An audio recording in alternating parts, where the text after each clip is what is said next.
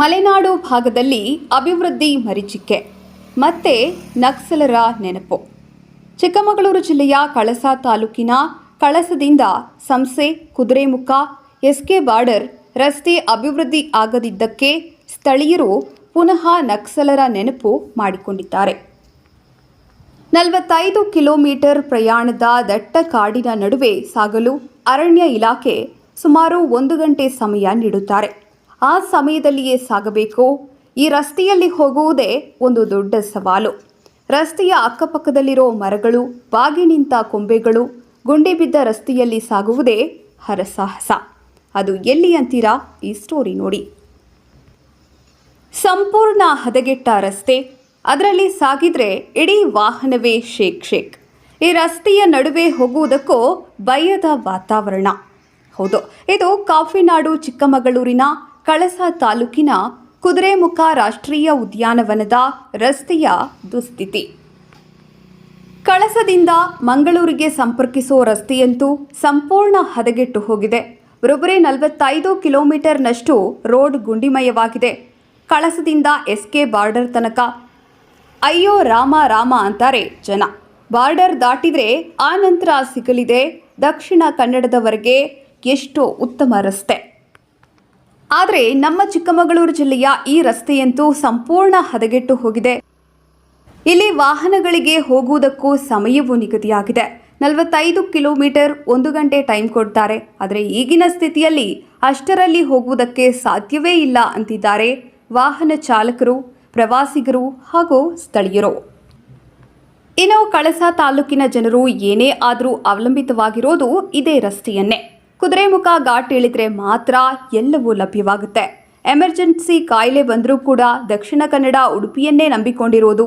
ಈಗ ಕುದುರೆಮುಖ ಘಾಟ್ ರಸ್ತೆಯಂತೂ ಹಾಳಾಗಿರೋದ್ರಿಂದ ದಿನನಿತ್ಯ ಪರದಾಡುವಂತಾಗಿದೆ. ಬಸ್ಗಳಲ್ಲಿ ಹೋಗುವುದಕ್ಕೂ ಕಷ್ಟ ಎನಿಸಿದೆ. ಗುಂಡಿ ಬಿದ್ದ ರಸ್ತೆಗಳಲ್ಲೇ ಹೋಗ್ತಾನೆ ಜನಪ್ರತಿನಿಧಿಗಳಿಗೆ ಹಿಡಿ ಶಾಪವೇ ಹಾಕುತ್ತಿದ್ದಾರೆ.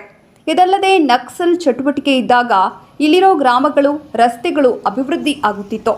ಆದರೆ ಇತ್ತೀಚಿನ ದಿನಗಳಲ್ಲಿ ಕಾಡಂಚಿನ ಗ್ರಾಮಗಳನ್ನು ಕೇಳೋರೇ ಇಲ್ಲ. ಅದು ಯಾವುದು ಅಂತೀರಾ? ಈಚಲು ಹೊಳೆ, ಕಾರ್ಲೆ, ಕಳಕೋಡು, ಗುಳ್ಯ, ಮುಳ್ಳೋಡಿ, ಎಳನೀರು ರಸ್ತೆ, ಎಸ್ಕೆ ಮೇಗಲ್, ಕಾರ್ಗದ್ದೆ, ಇನ್ನೂ ಕೆಲವು ಗ್ರಾಮಗಳು ಇವೆ.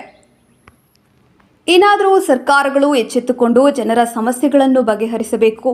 ಇಲ್ಲಿನ ಜನರು ಹಾಸ್ಪಿಟಲ್ಗೆ ದಿನನಿತ್ಯ ಹೋಗಬೇಕಾದರೂ ತೊಂದರೆ ಅನುಭವಿಸುತ್ತಿದ್ದಾರೆ. ಎಮರ್ಜೆನ್ಸಿ ಏನಾದರೂ ಆಯಿತೆಂದರೆ ಆಂಬ್ಯುಲೆನ್ಸ್ನಲ್ಲಿ ಮಂಗಳೂರಿಗೆ ಕರೆದುಕೊಂಡು ಹೋಗುವ ದಾರಿ ಮಧ್ಯ ಎಷ್ಟೋ ಜನ ಪ್ರಾಣ ಕೂಡ ಬಿಟ್ಟಿದ್ದಾರೆ. ಜನಪ್ರತಿನಿಧಿಗಳಿಗೆ ಗೊತ್ತಿದ್ರೂ ಕೂಡ ಏನೂ ಪ್ರಯೋಜನವಿಲ್ಲ. ಹಲವಾರು ಬಾರಿ ಹೋರಾಟ ಮಾಡಿದರೂ ಅಧಿಕಾರಿಗಳು ನೀಡುವ ಉಡಾಫೆ ಉತ್ತರಗಳು. ಇನ್ನು ಮುಂದೆ ಈ ರೀತಿ ಆಗದಂತೆ ಸರ್ಕಾರವು ಎಚ್ಚೆತ್ತುಕೊಳ್ಳಬೇಕು. ಮತ್ತೆ ಅಭಿವೃದ್ಧಿ ಹೆಸರಲ್ಲಿ ನಕ್ಸಲರು ಹುಟ್ಟಿಕೊಂಡ್ರೆ ಯಾರು ಹೊಣೆ ಅಂತ ಪ್ರಶ್ನಿಸುತ್ತಾರೆ ಸ್ಥಳೀಯರಾದ ಸುರೇಶ್ ಭಟ್, HR ಕೃಷ್ಣ, ಬ್ರಹ್ಮದೇವ್, ಮಂಜುನಾಥ್ ಮತ್ತು ಸಂಸೆ ಹಾಗೂ ನೆಲ್ಲಿಬೀಡು ಗ್ರಾಮಸ್ಥರು. ಒಟ್ಟಾರೆ 45 ಕಿಲೋಮೀಟರ್ ಪ್ರಯಾಣವಂತೂ ವಾಹನ ಸವಾರರಿಗೆ ಕಣ್ಣೀರು ತರಿಸುತ್ತಿದೆ. ಮೊದಲೇ ದಟ್ಟ ಕಾಡು, ವನ್ಯ ಮೃಗಗಳ ತಾಣ, ಒಬ್ಬಂಟಿಯಾಗಿ ಓಡಾಟ ಸಹ ಭಯ. ಅಂಥದ್ರಲ್ಲಿ ಸಂಪೂರ್ಣ ಗುಂಡಿಮಯ ರಸ್ತೆಯಲ್ಲಿ ಸಾಗುವುದೇ ದೊಡ್ಡ ಸವಾಲು. ರಾಜ್ಯ ಹೆದ್ದಾರಿಯನ್ನ ಸರಿಪಡಿಸಿ, ಇಲ್ಲದಿದ್ದರೆ ಹೋರಾಟ ನಿಶ್ಚಿತ ಅಂತಿದ್ದಾರೆ ಸ್ಥಳೀಯರು.